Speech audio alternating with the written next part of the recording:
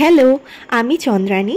আমার আরও একটি ব্লগে সবাইকে অনেক অনেক স্বাগত জানাই। তোমরা তো জানোই বিগত 3 দিন ধরে টানা বৃষ্টি হচ্ছে, আর আজকে একটু ফাঁকা পেয়ে আমি সাহস নিয়েই ভাবলাম যাই খেয়ে দিয়ে একটু ঘুরে আসি। আপাতত ওয়েদার রিপোর্টে তো দেখাচ্ছে আজ আর বৃষ্টির কোনো সম্ভাবনা নেই। চলো রান্নার প্রিপারেশনে যাই। ঝটপট করে 10 মিনিটে খুব সিম্পল রান্নাবান্না করব, কিন্তু পাত সাজিয়ে। দাঁড়াও, আগেই ওভেনে ভাত বসিয়ে দিই। জানো তো, যেখানে ঘুরতে যাব ওটা আমার মেস থেকে 4 কি 5 কিলোমিটার মতো দূর। খুব বেশি একটা দূর তো নয়, তাই হেঁটেই যাব ঠিক করেছি। কেননা রোদ তো নেই, ওয়েদারটা খুব সুন্দর, ঠান্ডা, আর একটু হাওয়াও দিচ্ছে। কথা বলতে বলতে অনেকটা পেঁয়াজ কুচিয়ে নিয়েছি আর কিছুটা আলু কেটে নিয়েছি। আজকে না আমি তোমাদের রেডিমেড মুগের ডাল বানানো দেখাবো। কাঁচা ডালটা ভালো করে 1 থেকে 2 বার ধুয়ে নিয়ে কুকারে তেজপাতা, শুকনো লঙ্কা ফোড়ন দিয়ে ডালটা দিয়ে কিছুক্ষণ ভাজা ভাজা করতে হবে। এরপরে নুন, হলুদ, জিরে গুঁড়ো দিয়ে সামান্য জল দিয়ে দাও, যতটা ঠিক বানাতে চাও ততটা। আর শেষে কাঁচা লঙ্কা, টমেটো সব কিছু দিয়ে 2টো সিটি, ব্যাস হয়ে গেল। আর এদিকে আলু ভাজতে বসিয়ে দিয়েছি, আর এদিকে ডিমের অমলেট বানাই। আমার মা যখন ডিমের অমলেট বানাতো না, সবসময়ই দেখতাম এভাবে কালো জিরে দিত, দারুণ লাগতো। আচ্ছা, তোমাদের কার কার এইভাবে কালো জিরে দিয়ে ডিমের অমলেট পছন্দ, নিচে কমেন্ট করে জানিও কিন্তু। আরও কিছুটা পেঁয়াজ আর লঙ্কা কুচি রেখে দিয়েছি। এখানে একটু কাঁচা সর্ষের তেল দিয়ে পরে ছাতু মেখে নেব। কি হলো তো 10 মিনিটে পাত ভর্তি খাবার। আর এই হচ্ছে আমার আজকের আউটফিট। গত বছর দুর্গাপুজোয় এই বাঁধনি প্রিন্টের স্কার্টটা কিনেছিলাম, তাই ওটাই পরতে ইচ্ছা হলো, পরে নিলাম। আর ঘড়িতে এই যে এখন 1:20 মতো বাজে। চলো এবার বেরোই। আমার মেসের এত কাছে হওয়া সত্ত্বেও এরকম একটা জায়গা আছে আমি জানতামই না, জানো তো। তো আমার সন্তোষপুর থেকে যেহেতু বাসটাই কাছে হয়, আমি বাসে নামলাম আর ঢুকবো 1 নাম্বার গেট দিয়ে। কিন্তু সামনে একটা বুদ্ধ মন্দির আছে, চলো তোমাদের দেখা। এখানে টাইমিং দেয়া আছে, যেটা 5টা থেকে 7টা পর্যন্ত বিকেলে খোলা থাকে। তো তাড়াতাড়ি এসছি, এখন তো বন্ধ। আসার সময় তোমাদের নিশ্চয়ই দেখাবো। চলো এদিকে।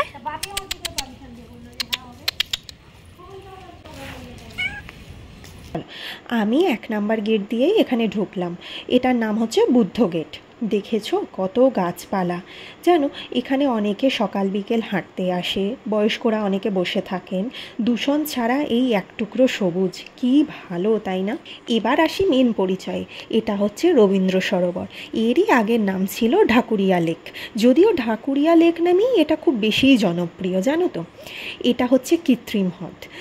বিশাল আকৃতির এই যে জলাশয়টা দেখছো, আর এর চারপাশে রয়েছে প্রচুর রকমারি গাছপালা, আর মাঝখানে না ছোট ছোট দ্বীপ মতো রয়েছে। জানো, এখানে শীতকালে না বিভিন্ন প্রজাতির পরিযায়ী পাখি আসে। এমনি সময় এখন সারস, বক, এই সমস্ত পাখি টাখিগুলো দেখা যায়। তবে একটা জিনিস তো ঠিক আছে, যে ওয়েদারটা খুব সুন্দর। কি সুন্দর হাওয়া দিচ্ছে, কোনো রোদ নেই। এই দিকটা একটা সুবিধা হয়েছে ঘোরার।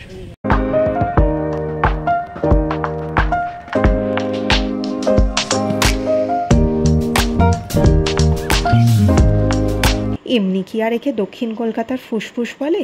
কত রকমারি গাছ, আর সেই সমস্ত গাছ কত পুরনো, সেই সমস্ত গাছের নাম সব এখানে লেখা রয়েছে। এটা হচ্ছে বকুল গাছ। জানো, আমি যখন স্কুলে পড়তাম তখন এই বকুল বীজ দিয়ে বাঁশি বানাতাম। আচ্ছা, তোমাদেরও কি স্কুল জীবনের এরকম কোনো অভিজ্ঞতা আছে? থাকলে আমাকে জানাতে ভুলো না, কিন্তু কমেন্টগুলো পড়তে আমার খুব ভালো লাগবে। এটা হচ্ছে পদ্মপুকুর। পদ্ম এখানে ফুটে নেই, তবে ওই 2-1টা কুড়ি দেখতে পেলাম। এটাও কি বিশাল, দেখো যত দূর চোখ যাচ্ছে শুধুই পদ্মপাতা আর পদ্মপাতা, অনেকটা এরিয়া নিয়ে। গোটা পার্কের যে বাউন্ডারি এরিয়া, সেখানগুলো এরকম রঙ্গন গাছ দিয়ে দিয়ে বাউন্ডারি করা। চলো, আমি প্রথমে 1 নাম্বার গেট দিয়ে ঢুকে একদম নাক বরাবর সোজাই ঘুরতে চলে গেছি। ওখানে যা যা জিনিস আছে সেগুলো দেখে আবার এদিকে রিটার্ন করব। তো দেখার মধ্যে তো এই যে রকমারি গাছ,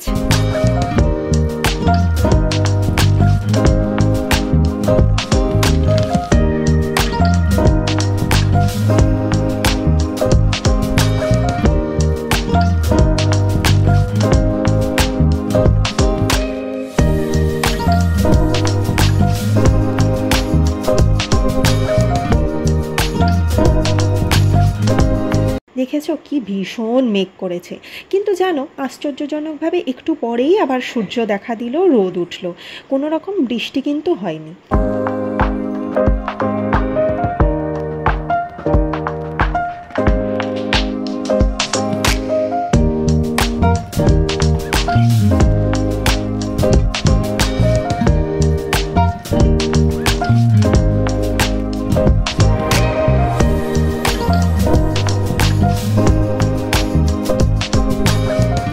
আর এখানে এই যে মূর্তিটা দেখছো, এটাকে গাছ কেটেই বানানো হয়েছে, মানে গাছই, শুধু গুড়ির অংশটা এভাবে কেটেছে মানুষের শেপে। এটার নাম মুমুক্ষা। সৈকত হালদার 2008 সালে এটিকে বানিয়েছেন। আর এর পাশে 2011-তে আমৃত যে অগ্নিকাণ্ড হয়েছিল, সেখানে যারা যারা মারা গিয়েছিলেন তাদের স্মরণার্থে এই শহীদ মঞ্চটি। এতদিন কনকচাপা গাছের নাম শুনেছিলাম প্রচুর, আজকে এই গাছটা দেখার সুযোগ হয়ে গেল। দেখেছো, এখানে একটা ভিডিও বানাতে চাইলাম, কিন্তু আমার ঘাগরাটা সাপোর্টই করলো না, কি আর করা যাবে। যাই হোক, দেখো রোদটা জলের ওপর পড়ে কি সুন্দর চিকচিক করছে না। চলো এবার যেটার জন্য আসা 365 দিন যেখানে মাকে দেখা যায়, চলো সেখানটায় যাই আর দেখাই যে কতগুলো দুর্গা মূর্তি ওখানে রাখা রয়েছে। চলো, দুর্গা মিউজিয়ামটায় যাওয়ার জন্য আবার তো আমাকে 1 নাম্বার গেটে রিটার্ন করতেই হলো। তো পার্কের ভেতর না কোনো রকম খাবার স্টল নেই এবং কোনো রকম খাবার নিয়ে হকাররা প্রবেশও করতে পারে না। তো যেহেতু 1 নাম্বার গেট পর্যন্ত এলাম, ভাবলাম এতটা হাঁটা হলো, যাই কিছু একটা খেয়ে আসি। তো ওখানেই পাশে যে দোকানগুলো ছিল ওখান থেকে নিয়েছিলাম একটা এগ টোস্ট আর একটুখানি চা। তোমরা তো জানো আমি হচ্ছে একদম সেই লেভেলের চা খোর। তো চাটা খেয়ে আবার একদম এনার্জি নিয়ে পুরো দমে হাঁটা শুরু করলাম। এবার যাব একদম বাঁ দিকের অংশতে, যেখানে তোমরা যদি একদম শুধুমাত্র দুর্গা মিউজিয়ামটা যাওয়ার জন্যেই উদ্দেশ্য নিয়ে বেরো, তাহলে বলবো 2 নাম্বার গেট দিয়েই ঢুকো, তাহলে একদমই সোজাসুজি এটাই পাবে। এটা হচ্ছে আসলে দুর্গা এক্সিবিশন মিউজিয়াম।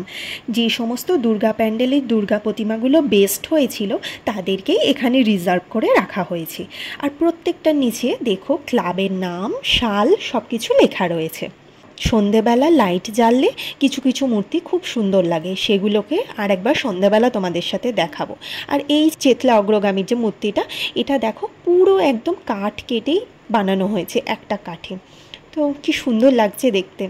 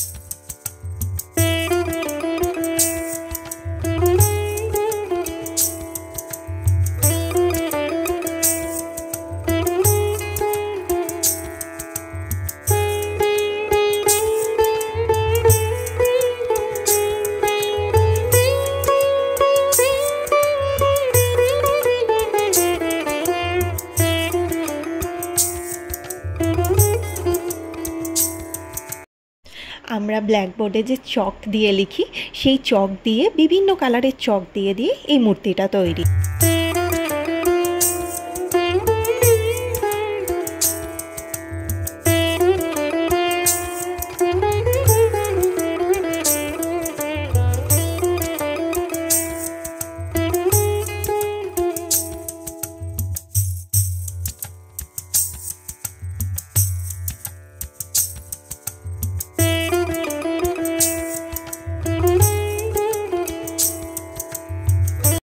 আর এই যে আলো আঁধারিপূর্ণ একটা ঘর, এখানেই পরপর দুর্গা মায়েদেরকে রাখা হয়েছে। প্রত্যেকটা দেয়ালে টেরাকোটার কাজ করা, আর সামনে একটা লাইট রাখা রয়েছে। ঘরটা জানো তো এমনি অন্ধকার, কিন্তু ছবি খুব সুন্দর আসছিল যেহেতু সামনে একটা করে লাইট রাখা ছিল।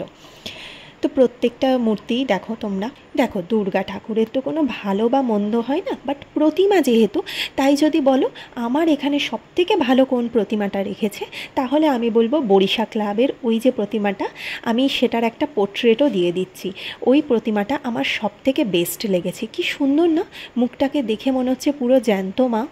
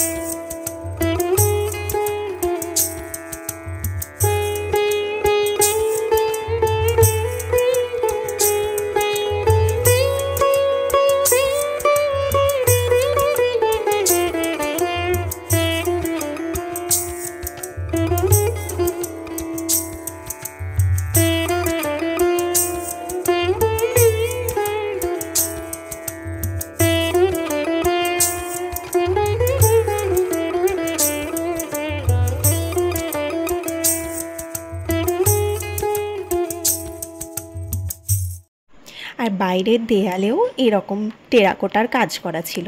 আর মিউজিয়ামটার নাম জানো তো, মা ফিরে এলো দুর্গা এক্সিবিশন মিউজিয়াম।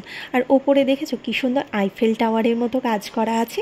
চলো রাতের লাইটিংটা তোমাদের আরেকবার দেখাবো, আর সব শেষে ওই বুদ্ধ মন্দিরটা তোমাদের আরেকবার দেখিয়ে তারপরে বাড়ি যাব।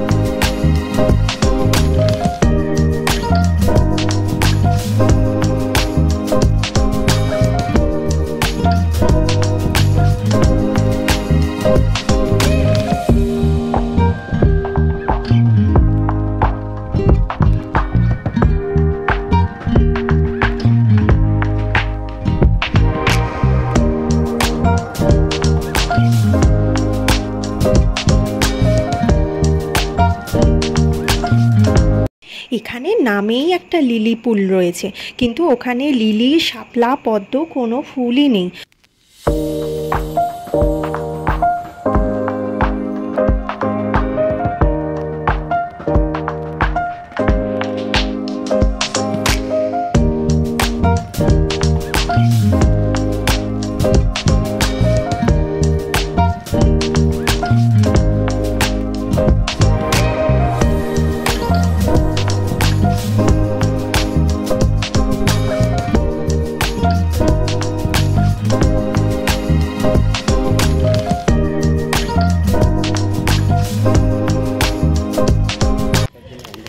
তো চলো আজকের ব্লগটা এখানেই শেষ করছি। যদি কোনো অংশ ভালো লাগে ব্লগে, তাহলে please like, comment and subscribe my channel. আর সবাই খুব ভালো থেকো। টাটা।